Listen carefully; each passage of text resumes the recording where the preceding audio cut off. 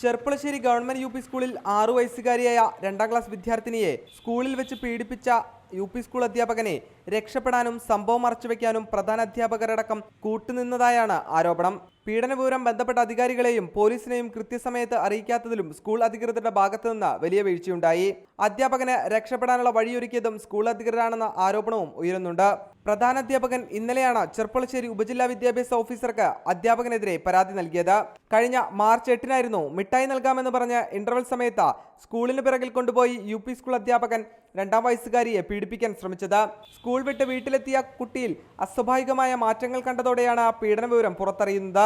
കഴിഞ്ഞ വ്യാഴാഴ്ച വിളിച്ചു ചേർത്ത PTA യോഗത്തിൽ രക്ഷിതാക്കൾ വിവരം അറിയിക്കുകയും ചെയ്തു. എന്നാൽ അധ്യാപകനെതിരെ നടപടി സ്വീകരിക്കാനും സ്കൂൾ അധികൃതർ തയ്യാറായില്ല. കുട്ടി ചൈൽഡ് ലൈൻ പ്രവർത്തകർക്ക് നൽകിയ മൊഴിപ്രകാരമാണ് പോലീസ് പോക്സോ നിയമപ്രകാരം അധ്യാപകനെതിരെ കേസെടുത്തത്. അധ്യാപകൻ ലീവിന് അപേക്ഷിക്കാതെയാണ് ഒളിവിൽ പോയിരിക്കുന്നത്. അതേസമയം അധ്യാപകൻ VP ശശിധരനായുള്ള തിരച്ചിൽ പോലീസ് ഊർജിതമാക്കി.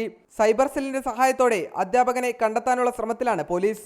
ആരോപണ വിധേയനായ അധ്യാപകനെ സർവീസിൽ നിന്നും പിരിച്ചുവിടണമെന്നാവശ്യപ്പെട്ട് വിവിധ യുവജന വിദ്യാർത്ഥി സംഘടനകളും പ്രതിഷേധം ആരംഭിച്ചിട്ടുണ്ട്. റിപ്പോർട്ടർ, പാലക്കാട്.